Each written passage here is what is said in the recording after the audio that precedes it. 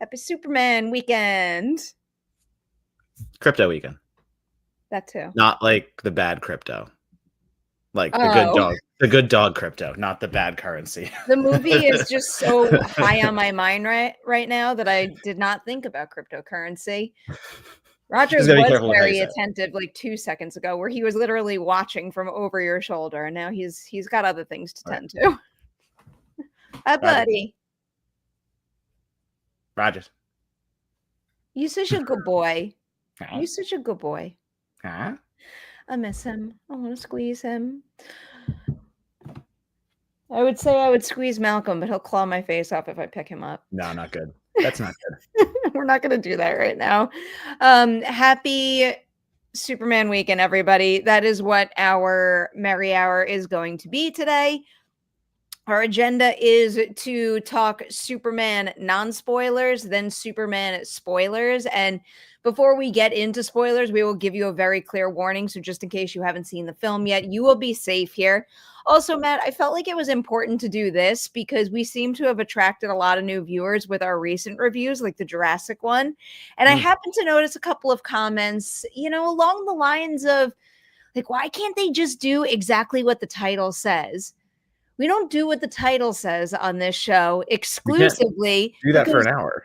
We're an hour-long, relaxed podcast. The whole point of Merry Hour, we started it 5 years ago now, and the whole point was to give you that feeling that like you're just hanging out at a bar, chit-chatting with your friends about movies. So we're really laid back. We talk about like whatever we want, whatever we feel like, but we also do make do on the title topic. So if you are here for one thing and one thing alone, this is probably not the show for you. But if you want to hear about Superman and some other really nice stuff, then yeah, you're in the right spot.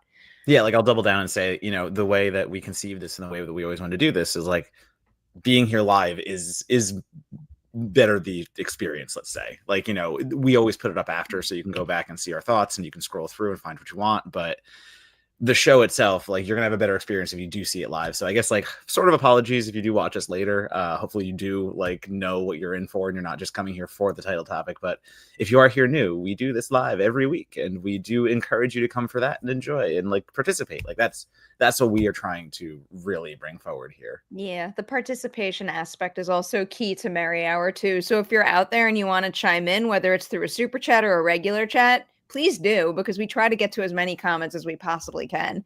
We do have a couple of priority comments. All right, I'm gonna do this real quick. I saw this terrible movie called Skill House.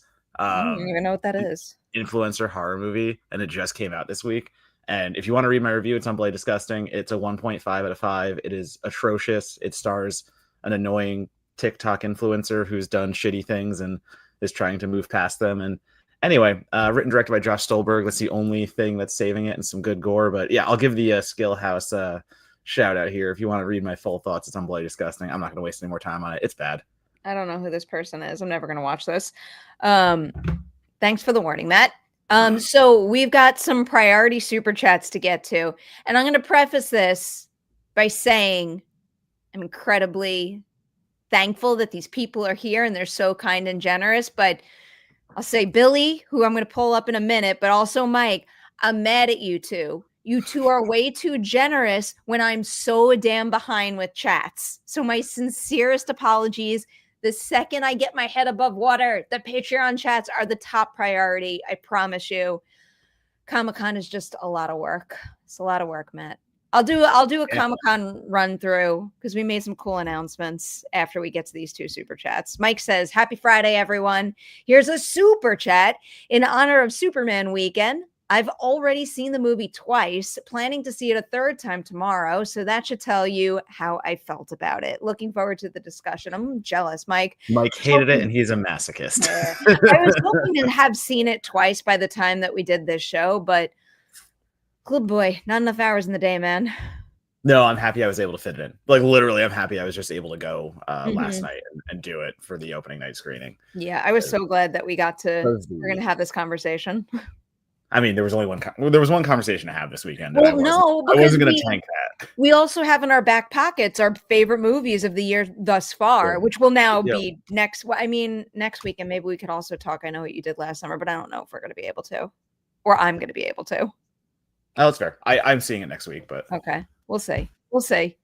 All right, second up here. Mad at you too, Billy. Too generous.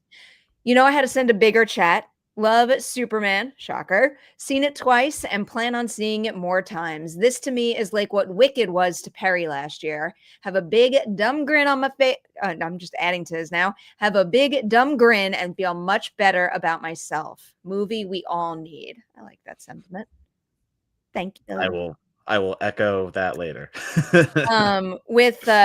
With this movie, one of the first people I thought about after having seen it and loved it and looking forward to hearing their reaction was Billy. His character is very, very important to him, and I'm so glad he liked it. Before we get into Superman, as I just said before, I could talk a little bit about San Diego Comic-Con plans now. We announced we did it. We're fully announced as far as Ladies Night goes now, and we announced that this year we are doing a 1-2 punch. We're not just doing one Collider Ladies Night panel, we are doing two of them.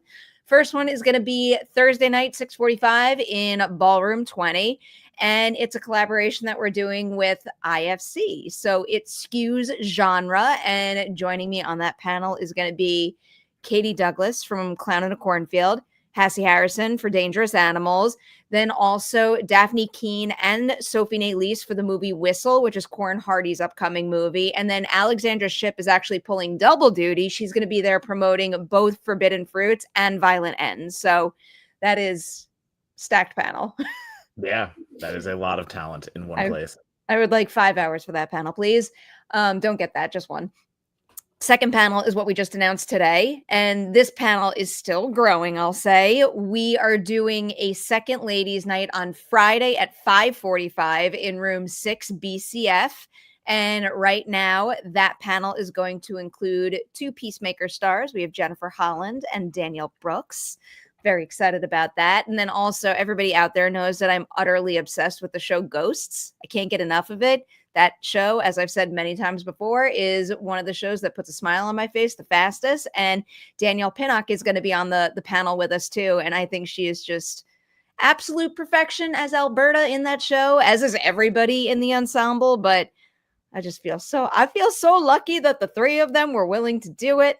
And we're going to have a good conversation, celebrate their new project, celebrate their road to get to their latest project. So it's going to be a good time, good conversation. That's the plan. Like you didn't have enough to do already. Yeah. If we only went into my schedule beyond these two panels, oh boy. Matt, every year I have this conversation with myself in my head. I'm like, how am I going to prepare for everything? How am I going to do it? You do. You get it done anyway. So somehow I do. Definitely is feeling like a bit off more than I can chew kind of situation. But it always gets done, so you don't have to worry about it. We'll get done. Mental Me says, is Ojai on anybody's radar? I saw a preview screening and admired its ability to make a funny movie on a tiny budget. Very resourceful. You didn't see this one, right? It's on my radar. Like, I do want to get to it, but no, I have not had it. I missed it at Sundance, and then I haven't had a chance to see it in any of the screenings. So it's on the, once it hits VOD, definitely going to rent. Because I like the idea of, like, you know, the mainstream comedy is kind of like fallen to the wayside. I mean, I say that as Naked Gun's coming out, but still, like, that feels like an outlier. But I still think of, like there was a movie we saw at South by a while ago, like Night Owls, that Adam Pally. I love Night Owls. Exactly. That's one of the funniest movies I've seen since it's come out. And that's the same thing. Like, it's a low budget indie comedy, but all you need are funny people and a funny story. So Ojai is definitely on my radar. I do want to get to it. I interviewed the team for Ojai at Sundance, but at the time I had to do the interview without seeing the movie. Yeah. And then just recently, actually, I did see the movie and I got to moderate one of their post-screening Q&As. And it's a fun movie. It's a fun movie to watch, but also a fun movie to talk about, because it's one of those situations where, you know, they're making some statements on modern dating in a comedy, but also a comedy that's just grounded enough. And I thought they really do a great job of blending, like, the heightened with a grounded nature to it. And I'm in on it. It's also just one of those situations where, like, the entire movie is a four-hander. Like, the whole movie is Molly Gordon, Logan Lerman, Geraldine Viswanathan and John Reynolds, and like the whole movie is just the four of them, and you could really feel the fact that like the chemistry is just so on point. Like they all so fully understand how to nail that tone and work with each other in a way to lift everybody, including the movie and the story overall, up. And I really appreciated that. I'm in. Yeah, I think you'll dig it, Matt. I'm in for anything that is commentating on today's dating culture. This is a very interesting take on it. Again, hitting hard these days. All right.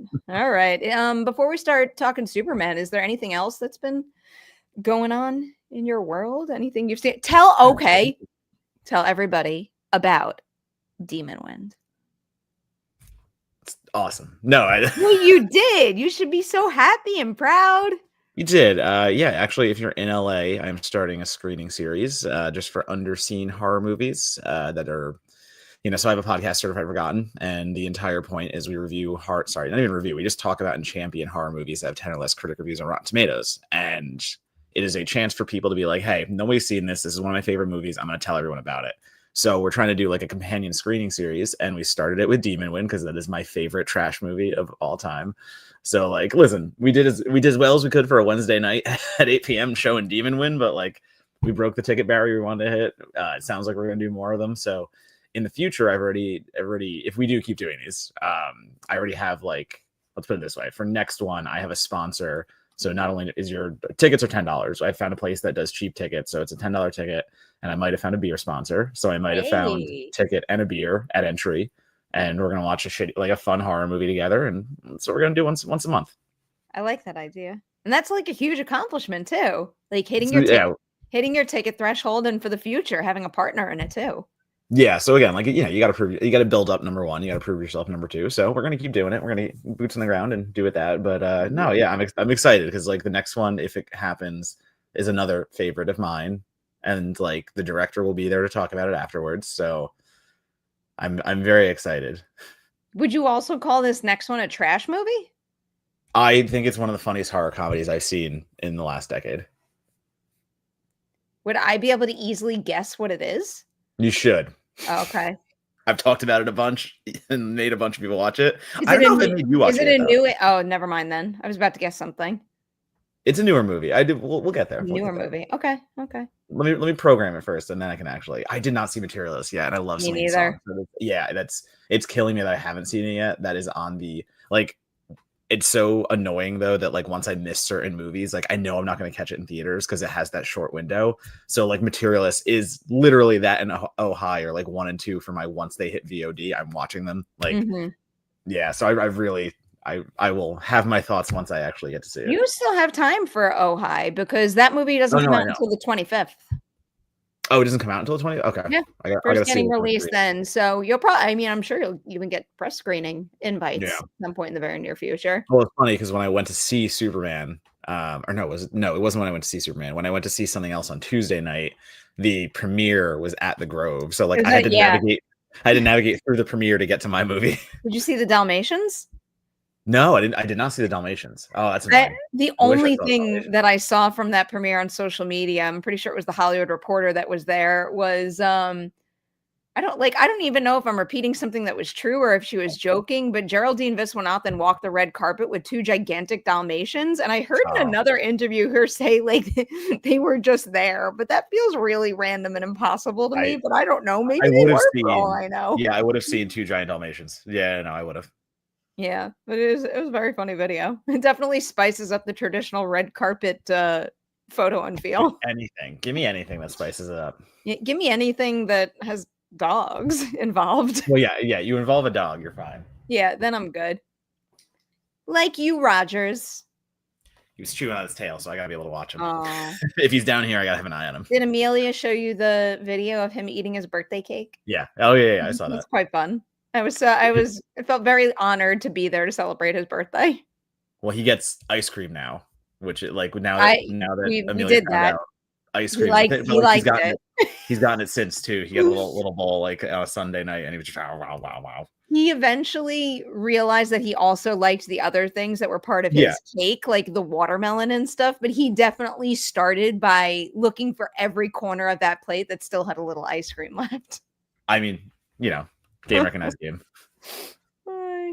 For you, Matt. I have absolutely seen Birdemic. Yeah. Oh, yeah. I like my tier of like movies I watch during the week are obviously all my assignments first, and then like try to catch up with the big releases and do those second.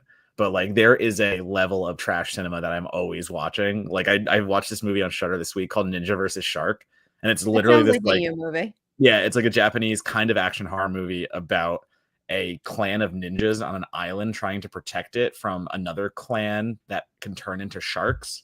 So like there's ninjas fighting, and then like one ninja shark just comes out of the water and attacks. Like it's crazy, it's wild. It's okay. I don't think it's fully sees through the concept, but go ahead. I can say I don't know why that is connecting my brain to this right now, because it's far from trash. I think it's really, really well done, but I think it's so your vibe. I feel like we've talked about it a little, Matt. You don't watch Twisted Metal, right? You should watch it. I've seen the first 2 episodes on a flight. I did start it on a flight. It's your kind of like bombastic, batshit crazy type vibe. I just re-binged the first season because I can say this because they announced it. I'm moderating their season 2 panel at Comic-Con on Thursday. If you're in Ballroom 20 on Thursday at Comic-Con, I'm sorry, because you're stuck with me for a considerable amount of time. I'm moderating Twisted Metal season 2, The Strangers chapter 2, and then is the Collider Ladies Night After Dark panel. So I hope my face and voice don't get annoying to you all. We'll see. No, I don't think that's possible. You never know. Got another one. I like it.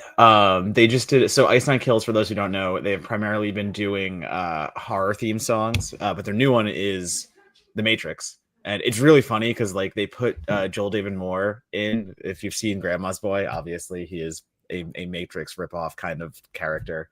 So they actually put him in it. It's a very funny cameo. I think the song is good.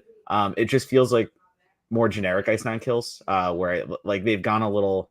There's no shreddy shred. There's no like their last album had so many good solos and like really more hardcore stuff.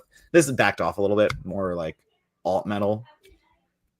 But yeah, so it's good. It's Ice Nine, so like I'm usually in for it, but it didn't hit me in the way that maybe something like Assault and Batteries does, or like the Silent Night Deadly Night song, which just goes harder for me. That's shreddy shred. The shreddy shreds. That was my takeaway from that. May the force be with you, Perri. Do you miss Jedi Council? I do. I was thinking about that the other day. One of my favorite things about Jedi Council was how it inspired me to keep up with as many Star Wars books, or in my case, audiobooks, as possible. And I was just I was re-listening to The Long Walk because we also know that is going to have an appearance at Comic-Con. And I don't know, I was just looking at my library, and it's been a really long time since I've added a Star Wars audiobook to that library. So I think I might do that. Soon. If you have any recommendations, I'll take them, by the way. Matt, you would love The Long Walk. You should read. Oh, no, yeah, I know. This is true. I have my screener of Hot Spring Shark Attack for later, just to watch, just to calm down with on a Friday night, have a drink. Oh, yeah. That's how you do it. Oh man, Matt. You're like, anytime I hear a certain title, like I know when it's your vibe. That's sharks, yeah, of course. That's sharks and hot springs and craziness. What do you mean? All right. Let's talk about Superman. Yeah, we got enough of an intro there.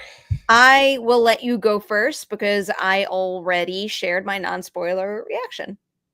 Yeah, I liked it. I liked it a lot. Just gonna get right to it. There's no beating around this bush. I'll preface it by saying too, like, Superman is not one of the properties that has drawn me in the past in the way others have. So like a Superman movie for me has always been like, okay, cool, gonna go watch it, tentpole stuff, like big blockbuster stuff, but it's never been, kind of my like have to go see character. But I think that's kind of changed with James Gunn, and that's changed with this movie. This is the first time that I really walked out of a Superman movie going like, oh shit, like I feel something for this character. Like I'm really it's drawing me back to be like, I want to see where this entire journey goes. And I'm gonna say something like semi-controversial, I think, but like I think this is Gunn doing Gunn better than Suicide Squad. I don't really love his Suicide Squad. We talked about that a while ago, and where like this feels like he's getting back to his Guardian self. This Superman does such a good job with characters that are outsiders, and like sure, one of them happens to be one of the most popular comic book characters ever. Like there's no fighting Superman on that. Like it's just who it is. But the way that he tells Superman's outcast story specifically with, you know, a Green Lantern who isn't the Green Lantern everyone usually knows, and Mr. Terrific is there, Hawkgirl. So he's able to use like the pre-Justice League characters and stuff in a way that reminds me of how he found the heart in the Guardians, and how he was able to navigate a story that is very easy to understand and in your face with the messaging. Like there's no mincing words. This is James Gunn doing emotional storytelling beats and just like hitting you over the head with them, but he makes them impactful. It never feels schmaltzy. It never feels corny. It all feels really good and hopeful and like, you know, sugar, spice, everything nice, all that shit, you know? Yeah. It just is the kind of movie I want to see right now. I could not agree more. For the first time in a little while, I think we're actually on the exact same page about something. Yeah, I do think we are there. I feel like more often than not, we do have overlap, no matter where we ultimately lie in terms of rating a movie. But yeah. This one we seem to be more aligned on than most lately. I absolutely, yeah. Sorry, I know it's just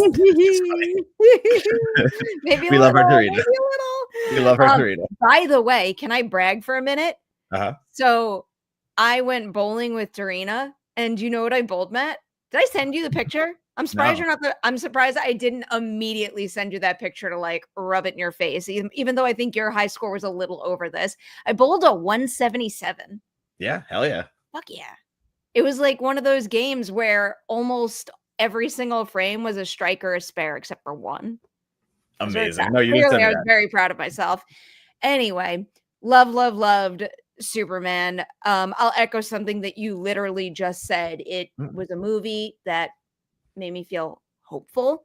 And my favorite part about the movie making me feel hopeful is that it earns it by not sugarcoating what one needs to go through in order to see the best in humanity, and in order to navigate this world in a way where you're putting human kindness first. It sounds like a really simple and sweet concept, and I guess it kind of is, but the reason why I think it has so much weight in this particular movie is because James Gunn goes to the extreme when it comes to showing, you know, the hurdles Superman has to overcome in order to embrace the way that he wants to operate and be in this world and what he wants to do for Earth. And I thought that part of it in particular was exceptionally well done. Yeah, and I mean, like, here's the thing too. Like, it's the comparison's easy because the last Superman we had was Zack Snyder's, and this is the opposite of Zack Snyder's Superman. Like, whether you're looking visually, whether you're looking at story, like everything about it is just completely night and day. And I think this is just more suited to what I like. It is cartoony, it's colorful, everything pops in a way. I will say, you know, it's not a perfect movie in my opinion. I do agree with some of the comments about like it's superhero action. You know, you're gonna get these action scenes that are a little chaotic and flying around, and again, he's Superman, so you're gonna literally have flying around and acrobatic stuff in the air. And I think some of that stuff can lose the sharpness of the cinematography. It's a bit like camera in a blender stuff. You're not gonna get around it. It's just what studio movie making is now. So there are parts of it that do work. I know Dorina and I disagree here, but I think Crypto fucking rules. Yeah, I like Crypto quite a bit. I'm a sucker for any kind of animal character playing the part, and Crypto just being able to come in and just get the toy. It's made for me. I understand that hook, line, and sinker, but it's just the way that it correlates with real life too, and the way that Gunn isn't afraid to make direct comparisons to what is going on in our world. And, you know, this movie wasn't made today. It was made obviously prior. It took a long time to produce and stuff. So the way it like perfectly aligns with today is scary in certain terms. But again, Gunn leading into it, and Gunn, you know, being able to tell a story about the outsider, and there are things we'll talk about when we get into spoiler that is so overt, but I think I think we got a really good Superman too. This is coming from me who doesn't hasn't, like, read the comics in depth or anything. Like, this is somebody who just appreciates him in cinema and stuff. But I do really think that the stature, the chiseled jaw, like everything just physically works. But it's a human Superman, and I really like that take on it. Just the little bits, just the hot cocoa, just the parent stuff. Yeah, we'll get into that later. I loved that. Yeah, I loved that. Couple follow-ups to things you said. I thought the movie mostly looked really, really good, even when it was something that was a little, you know, action like heavy and all over the place, and, you know, digital effect heavy, I guess. I thought things looked pretty damn good. One of my favorite designs, though, was I loved the engineer. I loved every single bit of action with that character. I just loved her skill set, and I don't know. I thought her in particular worked really well for me as far as the action alone goes. I also thought she was just a great character in particular. This probably teased me up nicely to run through a bunch of cast members that I really loved. So María Gabriela de Faría is definitely like a standout for me. I thought the second you saw her come on screen, there's something about like her intensity and natural screen presence that immediately drew my eye to her. And she was a very easy character for me to follow throughout the entire movie for that reason. I loved Eddie Gathegi as Mr. Terrific. What a cool dude. And I just love like his physicality and like his cadence and his way of operating in that role. I thought he was fantastic. Also, loved Anthony Carrigan as Metamorpho. We'll get into this more when we can talk about spoilers, but dude has some serious emotional heavy lifting to do with very little screen time in order to convey all that information in a way that like you could feel the weight of it. And I thought he did so quite beautifully. And then I'll just circle back around to David Corenswet because really perfect casting. I think we've seen this role perfectly cast many times before. Yeah. So it's hard to imagine them doing it again, but he was made to play Superman.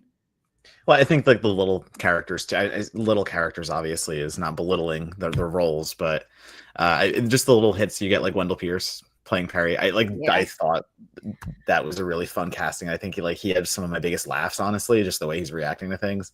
Skyler's Jimmy Olsen, just so funny. Just one of those characters that you look at and like, of course, Jimmy the girl getter and all this stuff, and you're like, what is going on here? But like, I don't know, the way he plays it, just the baby face and just the way he rolls with it, I was dying during his stuff. But the Mr. Terrific, specifically that example, someone just said it here, actually, hold on, like literally he's stealing every scene he did. I mean, legitimately, that is the James Gunn effect of taking a character that might not be known by a lot of people, again, myself included, not having the great depth of knowledge of like DC Comics, and completely like understanding who this character is and making you love him immediately and like fall with him.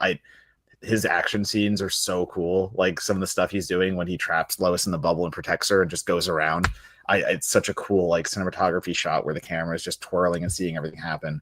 So I think there's a lot going on there. But also, I mean, Nicholas Hoult as Lex, and there's a specific moment that I'll do later in spoilers that I think nails Corenswet and him completely.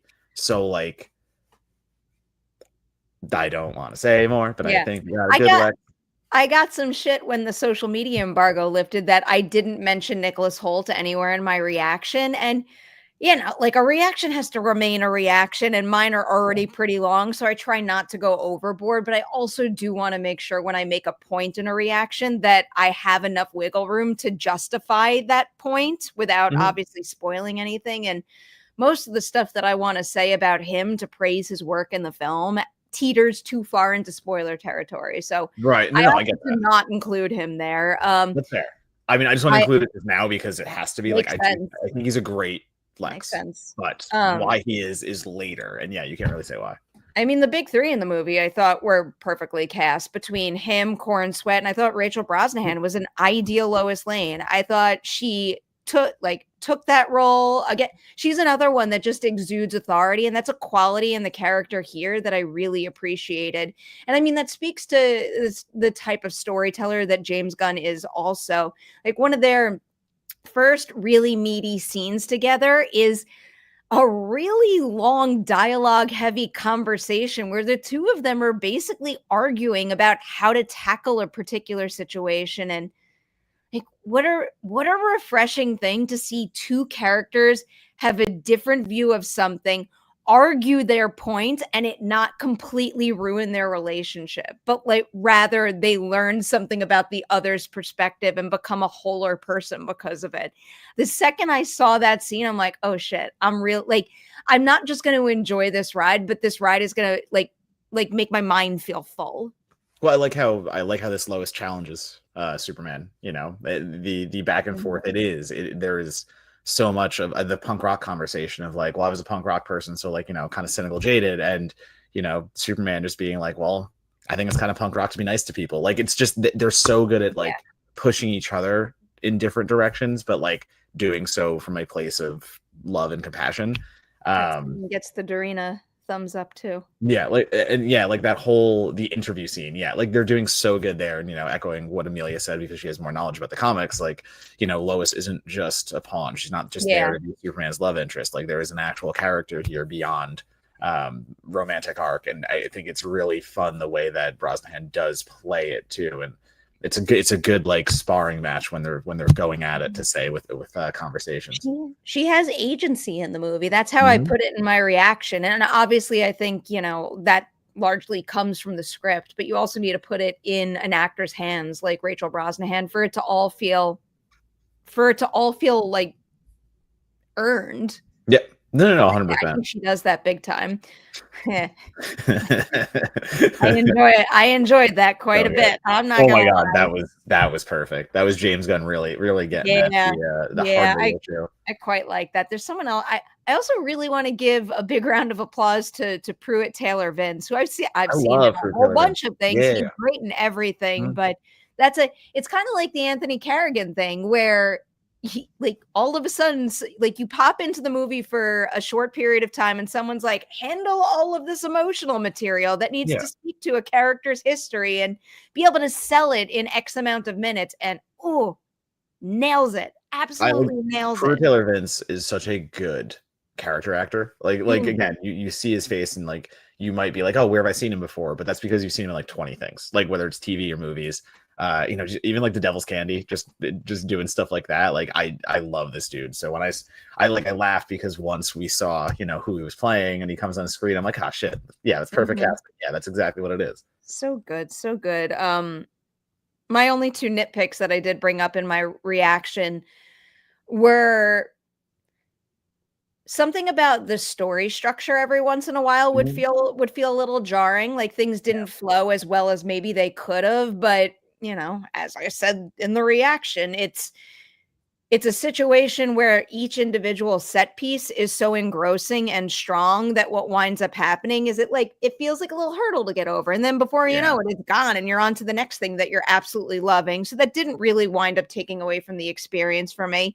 And then the only other thing that, I mean, it's one of those situations where yes, it's a criticism of the movie, but also a positive because it comes from the fact of me just wanting more of them.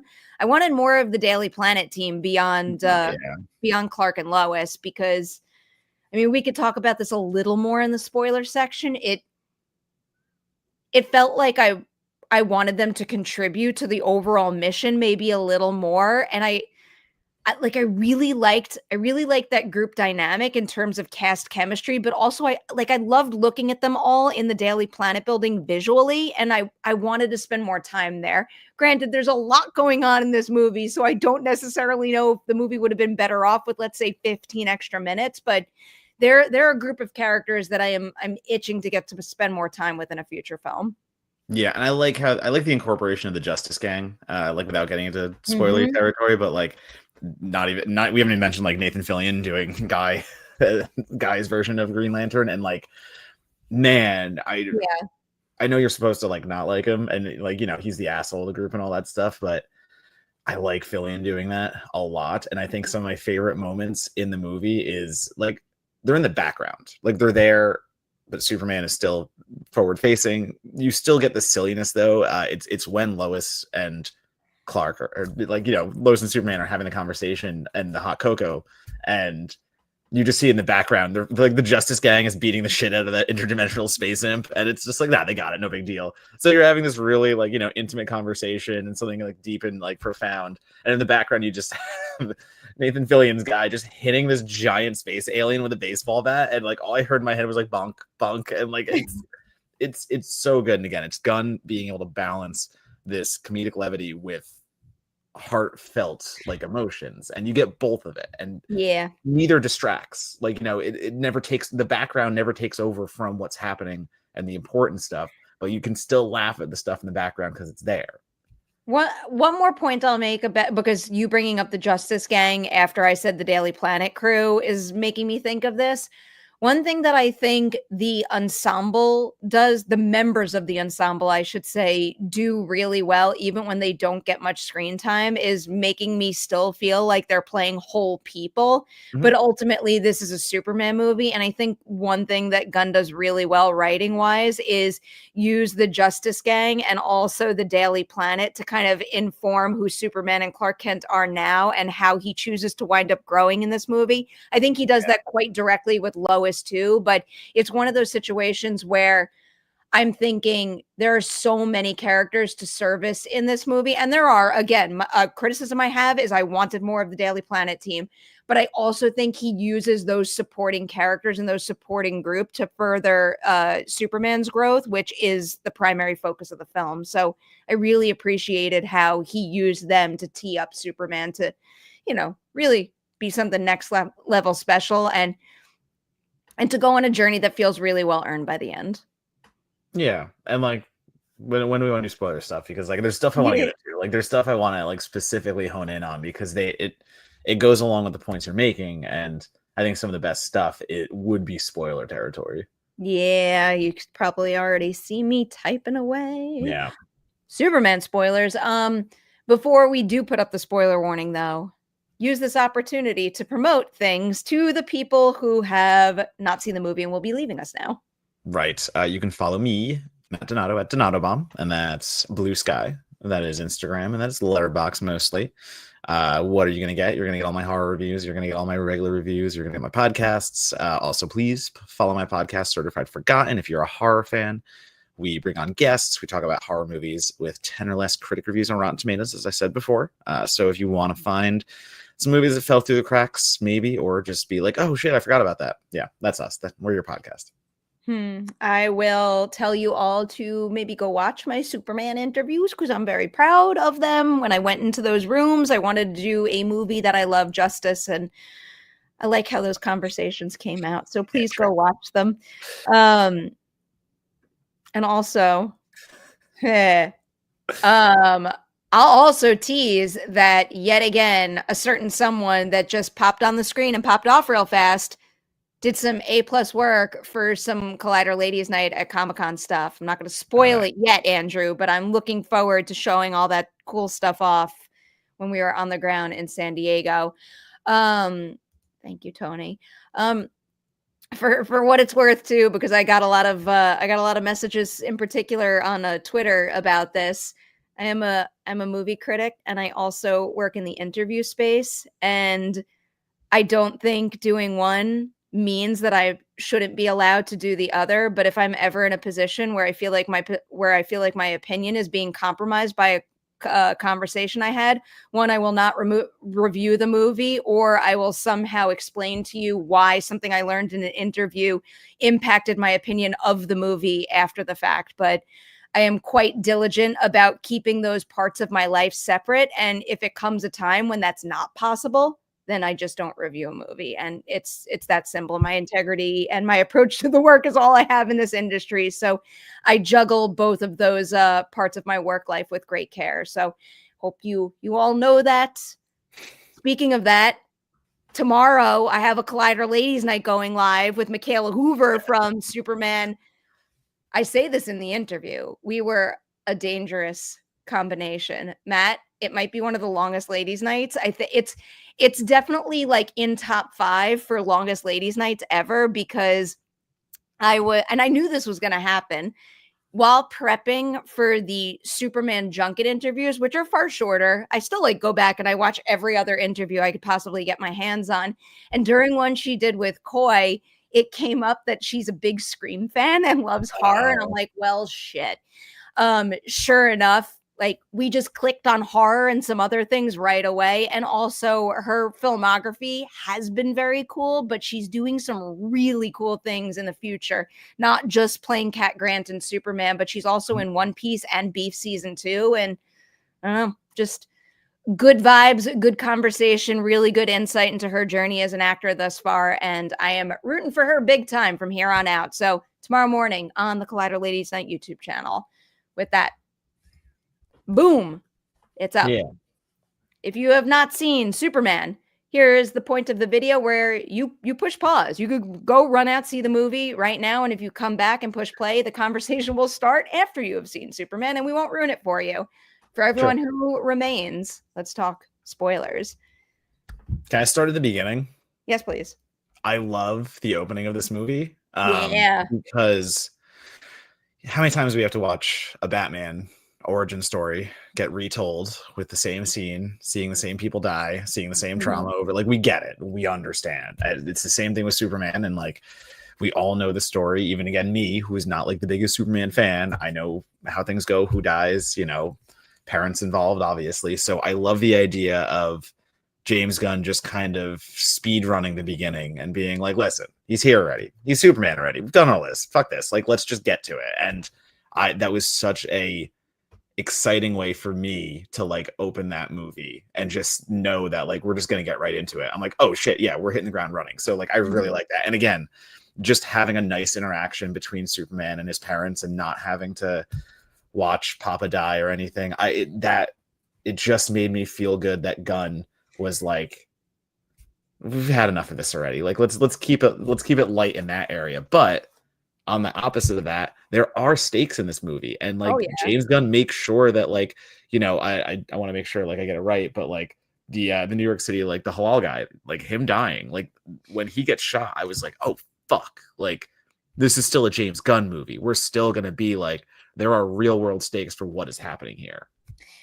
To piggyback on what you said about the opening, I also loved that. And this is, you know, the film school part of my brain activating the, you know, the idea of a common story structure where at the end of the second act, you know, your main character has hit the lowest of the low. You don't know if they're ever going to come back from what they experienced, but then they do. And there's a triumphant finale. Yeah. I like that we got a 1-2 punch, that it starts with Superman at a low, having an experience that he's never had before, because it gives a refreshing version of the start of a Superman movie, first of all, but also it immediately shows you and gives you access to a character's vulnerabilities. And I don't know, maybe this isn't true for every moviegoer out there, but nothing gets me invested in a character quicker than one showing that he's got a weakness that he needs to find a way to overcome, and then also starting there, but then getting further into the movie and seeing him hit another low point. It just, I don't know, like I feel like more often than not we idolize superheroes in movies, and it seems so like easy peasy because they have powers, but in order to use those powers in the right way, they have to, in a meaningful way, they have to overcome great adversity. And I feel like this movie does that. This movie does that really well. And I think the fact that we get that moment at the beginning, but then again later in the movie where you're like, how is he going to overcome this to be the Superman that we know and love, or maybe a slightly different version of that? I thought that again really contributed to the fact that Superman's arc in this movie felt really powerful, weighty, and earned to me. Yeah, and I'm going to bring this up now, actually. Just loved how lived in this DC universe feels to production this Creature Commandos and James Gunn. We trust like 100% that. I'm already feeling such a seismic shift in the way that these characters are building and like coming to fruition, and the universe around them under James Gunn's care. And that's not to say there aren't good DC movies prior. Like I don't want to completely say like they're all bad or something like that. That's not what this is, but they're taking a different direction, and I like this direction much more, as I said before. And again, it's the little things where every moment that was meant to like pluck my heartstrings. I know it's a cheap ploy half the time. I get it, but the conversation between Superman and his dad, and just being like, all a parent can do is guide you towards making your own mistakes and becoming your own person, that kind of stuff. Or man, the conversation at the end between Soup and Lex, when it is just the most obvious, like Lex just screaming like, yes, I'm an asshole, I'm everything you're saying, like that is who I am. And like Superman just being like, yeah, I'm a fucking alien, like this is who I am. Like it wouldn't have worked in someone else's care, like someone else that just would have been so cheesy, them just looking at the camera almost basically being like, this is who I am, like understand my character arc. But like James Gunn does that in a way that it hits me hard, you know. Like it's one of those movies where, you know, you're choking back tears between some of these dialogue moments, like I did in every Guardians movie. I didn't feel that in Suicide Squad, and I feel like that this is coming back in like a return to form. And again, I know I'm an outlier for that, but man, this again hit me hard. And you know, Community coming together. You've got all these scenes where in the like, you know, that's one of the things that I really loved with how they handled Superman and Lex, and how they operate in the movie too. Like I thought like a really great way to compare the two of them is how they use the teams around them. Like the idea of Superman inspiring human beings to get out there and like physically lend a hand and be there for one another, and the fact that like Lex is just in his ivory tower being like, move A, move B, move C. Dude can't do it. There's such like polar opposite types of leaders. But going back to what you were saying with both Lex and like Pa Kent and really all of the characters, I think this movie just does an exceptional job of showing how we can be the product of those around us and those who have influenced us. But ultimately, it is our choice and our choice alone when it comes to how we want to use that influence and the impression they made on us. And I think there is examples of people using that for bad, and then Superman who uses it for good. And who boy, well, I liked it. And my whole like Nicholas Hoult thing is it's his scowl. For me, it's just the Lex scowl and him playing him like a man-child in this, you know, you see Lex in the cartoons and stuff like that. Like I didn't think specifically, I think it's like a Justice League cartoon, and he's a more imposing figure. Like he's this business person that is like, he's tall, he's more built, he's still an imposing guy. Where, you know, Hoult is a little thinner, he's a little more slender, and he is more of like this man baby just screaming, and his entirety is, I am envious of the fact that I'll never be Superman, so I want to kill him. And like there's just such a deviousness to it. But it's when he finally realizes, you know, like how bad he's fucked up, and it's obviously towards the end of the movie, and just the look on his face of there's a mixture of, I know I'm going to get out of this scenario because I'm a super genius, but at the same time, like, who the fuck am I? Like, what did I just, like, there is a little bit of like, what did I just do in there? And it's good. I mean, that's what happens when you cast movies as well as James Gunn consistently does. This too, like this 100%. I was actually thinking about this. Sorry, like I was thinking about this when the movie was going on. Like it's the perfect comparison. He is the Elon Musk version of. Like that nails it. That is exactly what it is. Right. I get that. There were a few things that I had, of course, not flagged, but I want to try to bring some of them up here. I really agree with what Mike says. We're aware there's a larger world out there, but the story never loses the focus on the main character. This was another thing that I thought the movie handled really well, was making it intimate enough, but while also never letting you forget like the grand scaled ramifications of literally everything many of the characters do, but just to focus on Superman, like, you know that the path he chooses is going to affect everyone everywhere. And again, I keep using the word earn, but a lot of a lot of I guess superhero movies, franchise movies try to do things like that. And when they feel unearned, that's when a movie kind of caves under the pressure of being what it Yeah. is. And this one I do not think does that. Um, the other thing I wanted to bring up was this. How did you feel about this? Because this was one of the things that I was most curious about with his So I'm parents. going to ask for the explanation. I just want to make sure that I'm reacting. Honestly, I think Amelia would probably be the best person to fully give this 100%. explanation. Yeah. But I was and again, like I am not a comic reader. I do not know the lore of Superman as thoroughly as, let's say, Jurassic Park and Scream. Those are my franchises. But you know, the idea of Superman's parents not being who he thinks they are, which I personally really appreciated that wrinkle in this movie and him needing to find his own way after being told that. I mean, I had no problem with that because it does inform the story in the correct way. It informs the exact story that Gunn wants to tell, and it's that it doesn't even matter who your parents are, or like the idea of like for Superman, who are his parents? These people he never knew who sent him on this mission to take over Earth, basically, or the people who raised him and instilled good qualities in him and showed him that he doesn't have to be that. I think it's a really powerful moment. I think it's really impactful. And if that is a, you know, I assume that wasn't exactly how everything went, but like, I think it works perfectly for this movie. Again, like it's for this movie. So, you know, you take a risk on a retcon, you take a swing, but Gunn's pretty good at taking those swings. Yeah. I'm trying to think of which other spoilery bits that I was bursting at the seams to talk about before. I really loved the Eve and Jimmy stuff. Oh my god, it's so good.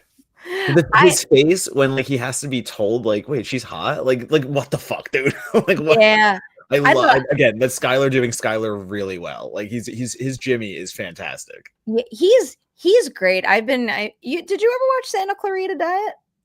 No, I never did. That's another show that I think, you know, like if you ever want a for fun binge watch, it's like a really great easy breezy watch, but it's a show that always made me super happy and I loved him in it. But also Sara Sampaio, I hope I pronounced her last name correctly. I thought she was excellent as Eve, and I think that is the prime example of a role that demands a top tier actor in order to stick that landing. She needed to make me believe that ultimately Eve was capable of doing what she did. And the fact that she pulled it off, golf clap for that. Something else. Like the long con of just taking all the selfies and then just it's perfect. It's perfect. And it's such a funny Gunn little like plot device of him being like 10 steps ahead of the game and being like, this is gonna be the funniest thing. Like he's just like just have her take selfies the whole time. You make the wrong preconceptions about her, and all of a sudden it's like, no, she was literally taking down Lex the entire time. Yeah, literally clever girl. Yeah. I had heard this from someone before I even saw the movie, and I'm like, I'm gonna like her. And I thought she was really excellent. We haven't really talked about Isabela Merced as Hawk Girl. Do you have any hot takes on her? No, not really hot takes. I mean, she's good. Like I man, like her doing the screech, like those moments where like the screech is coming out and her face is just so battle ready. But once again, a perfect Gunn moment is, you know, she's gonna drop the president. Or like, you know, the ruler of I do forget the names of both. I'm not gonna butcher them. Yes, don't ask me to say I'm not it gonna butcher them. Top of my head, I will fail. Yeah. But again, like him just being like, you're not gonna drop me. You're a superhero. You're gonna just her being like, yeah, no, buddy, and just the drop. It's Baravia. Oh, Baravia. Yeah. So Baravia, like the Baravian prime minister or whatever. It's a perfect Gunn moment, and those are the things that keep me engaged in a Superman movie, because especially like a Superman movie, in my mind, that's going to be one like the squeaky clean kind of. And I know Zack Snyder also did not abide by those rules as well, but I like Gunn's way of once again using high stakes at the right time. And again, like I go back to Molly, like, you know, the assassination of this just innocent man because Lex Luthor is just trying to get at Superman, and that moment is so hurtful. Like it's so goddamn hurtful. Is that Beck Bennett's character? Yeah. Yeah. The funny thing 100%. was, you know, the little widget on my phone that puts up old pictures every once in a while. Yeah. One with you having long hair came up the other day, and I'm like, my God, remember that? Dude, remember that? That was bad. That was Do a bad. do a mustache next. Now I've Oh. completely lost my train of thought, but there were other things I wanted to say. For Isabela Merced, Yeah. she does fall a little bit the character in the Daily Planet camp for me, where I would have liked more from her, Yeah, underutilized. but it comes from a place of her as an actress, I think, taking very little and still making me feel like she has history. And my God, does that character have history given the reincarnation of it all? And I thought she did carry that in this movie, but I can't help but know that there's so much more to mine with that character. So I really, really hope she gets that opportunity in the future. The other thing I was gonna echo what's in the chat right now with the soundtrack. Like, I thought the soundtrack was good, but it didn't blow me away. I do like we got the little hints here and there of obviously like in the background, like the guitar playing the right notes and giving us the theme, but I will admit it didn't like blow me away. I feel well, so like this is I clicked the wrong one. Sorry. I feel like this is a thing that was inevitable for a James Gunn movie after the Guardians of the Galaxy films, where like the soundtrack played an especially important part in the storytelling. And here it's not quite the same. So like, at least for me, you go in with this certain kind of expectation, but it's a different kind of movie. And I thought what they did with the score and the soundtrack worked pretty well. Yeah. Again, it worked for the movie, but like I will admit, like, you know, seeing the comments, I can't argue with that. Well, this is kind of where I wanted to go next. Travis, I'm assuming you're here not having seen the movie. He's not in the movie very much compared to, let's say, the big three or even some of the other supporting characters, but I thought you felt the weight of his presence, his abilities, and his own history and challenges big time. And that's another example where I think a lot of that comes from, like, yes, a solid script, but also from the fact that Anthony Carrigan can make so much with very little. I also do think that we need to give a whole lot of credit for every single effects team involved in bringing that character to screen, whether it's the digital elements or the prosthetic work that was done. Like, dude, look good.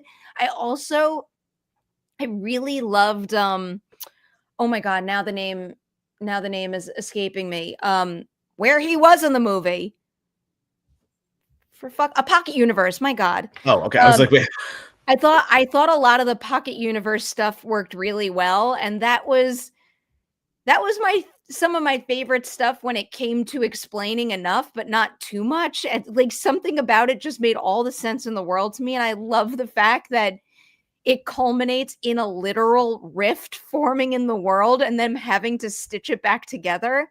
So like sometimes you need something that's real on the nose like that. And I thought that played real well in the film. I mean, again, talk about on the nose. You have Guy Gardner's Green Arrow, you know, saving his innocence from the Barovian army, and literally every time he flips a tank over, it's just a giant middle finger to the tank, and it's like, yeah, we need that right now. Like that's it. Like we're in a period of history where it's not about being subtle anymore. It's about saying the fucking thing out loud, and like that is how you do it. Darina coming in with the perfect super chat as always. How did you feel about the suit? Obviously honoring Frank Quitely's art. Love Grant. What are you doing, man? Oh shit! Sorry, 1 second. What happened? Like, I was looking for my fucking bracelet, and like, dude's about to eat the piece that came off of it. Malcolm's here. Love Grant Morrison, but was hoping for Super Speedo versus Super Granny Panties. I get it. I'm here. I'm just making sure. You're no. Again, like this is my reaction coming again from someone who's not obviously like on Darina's level or anyone in the comments right now. You're all doing so great, like keeping me up to date with like Superman stuff. But once again, didn't bother me. And like the explanation I heard is kind of like David Corenswet like fought for it because the idea of like this Superman is to be friendly and to like be to not like scare children and stuff like that. So like I think it was like modeled after like a professional wrestler or something like that. And like the idea of like, yeah, it's how wrestlers would like kind of do stuff. And I don't know. I just if that's the reason, and like that's what won James Gunn over, to kind of be like, yeah, no, this fits with this kind of Superman. Like he wants to be the man of the people and help people, and if wearing the granny panties he thinks is, less scary for people to kind of interact with, then yeah, friendly Superman to me wears a super thong. I mean, I'm sure plenty of people would have been okay with that too.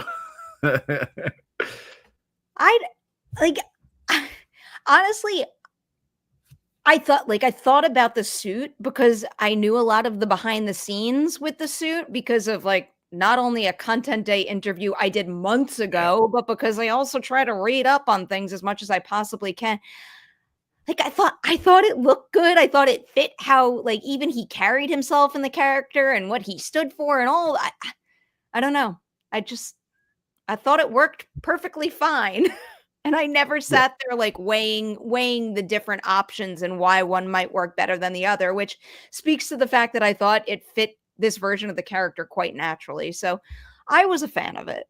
Yep, I was okay with it. Again, like I'm not the right person to ask there. Has super in-depth, like, must be this. Like, this isn't Child's Play where I'm gonna rant about stuff in Child's Play that I would, but like this is, for me, Superman's like fun. This is my fun popcorn entertainment, and taking it on that level, nothing was offensive to me. Nothing really turned me off of it like that. So that's, I guess that's my take from it. I guess like part of the reason I'm like, it looked great to me and I don't get is just because there was such a strong reaction to the reveal of the suit, which of course, like, why does that surprise me? But I just remember there being such a strong reaction and like my feelings being like, why are we getting so intense about this? It looks good.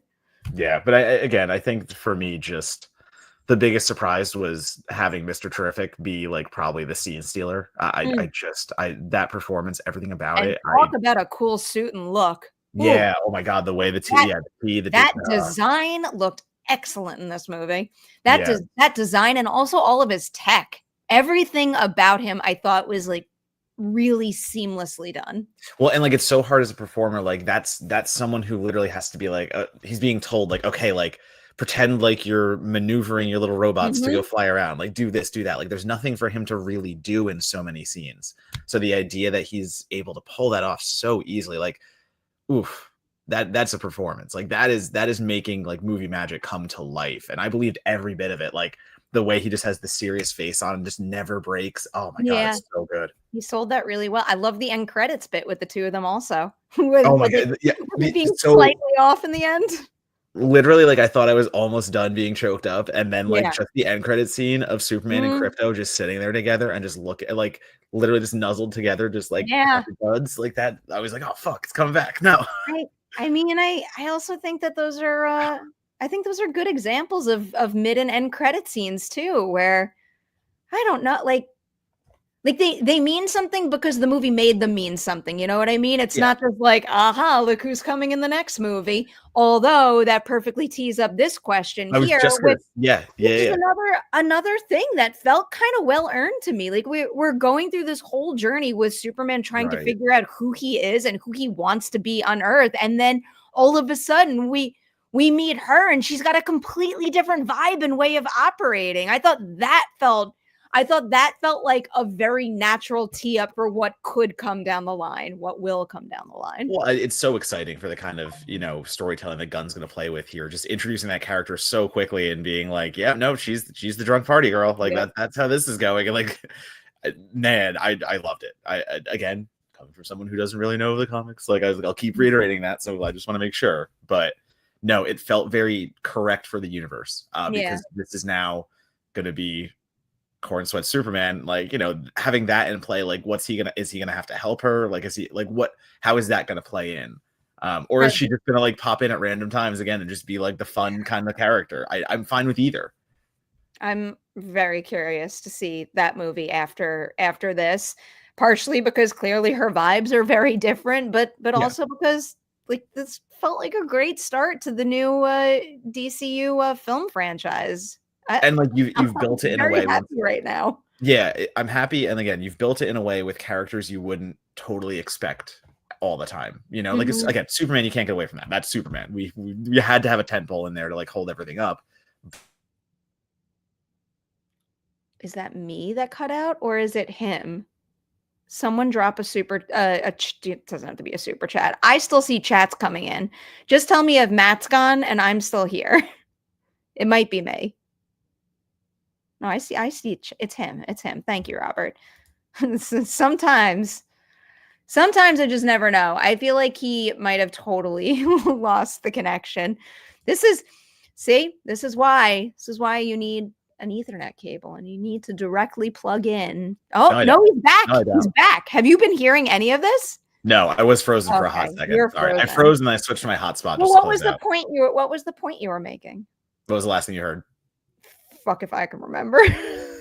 That's fine. All I'm saying is like he's building a universe of characters you wouldn't expect from it. And it's just the most that is what you're saying. It's just the most gun-ass thing. And I feel like this is more him doing what he does best. And I am excited. We had so many conversations about like where can this DCU go with James Gunn? And like what's it gonna look like? Is he gonna be handcuffed? Does he have to do certain things? And I think if anything, Superman is the biggest vote of confidence that this is going to be Gunn's vision. And that is what I wanted it to be the whole time, whether it's him making all the movies or whoever he works with. Like, I'm positive now on where this can go. And I think it's going to take swings that work. I think it's going to take swings that miss. Like it's an entire universe. Like they're not all going to hit, but another thing that really makes me excited about what's to come is that, James Gunn directed this movie. Going forward, he is going to be a co-studio head CEO. He's going to be lifting up other filmmakers. And if I've learned anything from watching his films and also talking to him in interview settings and the people who work with him, he is one of those people that builds filmmaking families quite strongly. He does continue to work with a lot of the same people, but he also adds new people every single step of the way. And I think he fosters an environment where people feel comfortable and encouraged to take storytelling risks. And I'm really looking forward to seeing him give what he's had as a director to other people. And I think that is a good sign that no matter where this film franchise goes from here, it's going to be ones that it's going to deliver movies that take bigger creative swings than maybe some other franchises do. And as someone who likes new things, that kind of, stimulates me and makes me excited to see what this franchise is going to have for us in the future. So I'm fizzling out, but I feel like it's a good sign for the future that he gave us this, and he is going to try to give other filmmakers what they need to soar down the line. Also, like just adding on to that very quickly, like James Gunn is going to look in places for new filmmakers that others wouldn't. Like this is a guy who came up from the Trauma troupe. Like he built his way up from indie horror. So I feel like a James Gunn is more in tune with the fact that like, I don't know, he's going to give people chances that I don't think other studios would. So that does excite me in ways that he's going to have some fun with this. I mean, I was about to name drop a whole bunch of filmmakers that, they have solid bodies of work. They're proven at this point, but I'm like afraid to say anything without fact checking everything. So I'm just not going to do it right now. But high hopes. This franchise is going to stay strong after starting strong on the big screen, at least. Want to do this super chat and then let it take us home? Then we can, Mike K says we missed another one too. Just so I'll go back. For those who only know of Supergirl through the CW series, this is a completely different character. She's not just a gender bent Clark Kent. Yeah. And then the other one was. It was this one. Oh, my apologies. DC Cinematic, what's next? Supergirl, Clayface, Sergeant Rock, The Batman Part 2, Swamp Thing, World's Finest, Brave and the Bold, Titans, Wonder Woman, and then Justice League. I mean, Clayface, I thought, is one of those that's like teased, but it's not confirmed. Batman Part 2, why I started to get hesitant to say what I have written down right now. Wait, is Clayface official with James Watkins? Well, that's what Flanagan was writing, right? Yeah. I don't think it's official. I think it was announced, but I think we were talking about it like it's not official. I know Batman Part 2, right? Like that keeps getting pushed back or something. but he submitted a script recently. So He that did, was, okay. I think that I think was the latest update on that one. And I think Swamp Thing's off the board, right? I don't know Is why, it? but I forget. Like, because James Gunn did come out and just say that like he just passed on a new on one of the titles they were working on because they just couldn't get the story right. So like they're passing on it for now. So I don't know what they didn't announce what that was, but like Clayface was in that group of like things they were working on already. Did they? All right, this is the last thing I'll look up. Yeah. I don't know. It's a good question. I don't know what will be next at this point. Nah, he's right. Oh, they did? Okay. Not that I ever doubted Billy. Yeah. Tom Reese Harry's. I don't know very much about him. This I is would from have Deadline. Blur, blur, blur, blur, blur. Oh, he's in the Apple TV series Suspicion. Oh, I did see The Return. Oh, I know who he is. All right, Cool. I think that's probably the movie from Speak No Evil director James Watkins is the next big project for James Gunn and Peter Safran's DC Studios after next summer's Supergirl Woman of Tomorrow. Okay, there you go. well, there you go. All right, so then it goes on to say scheduled for release on September 11, 2026. Clayface will be shooting at Warner Brothers in the UK. Oh, I thought it was going to end with like a shoot date, but didn't. Cool though. All right. Apparently I should have looked up some facts sooner. All right. That's it. Did I get to them all? I didn't miss another one. Yeah, right? that was just the one. That was the one. All right. Sweet. All right. In that case, that's our supersized Superman edition of the Merri Hour. And I believe we'll be in the same location next week. We just have to coordinate schedules. I'll be here. Yeah, we'll make it happen. And then unless something else comes up next week, maybe we'll do our top movies of the year thus far.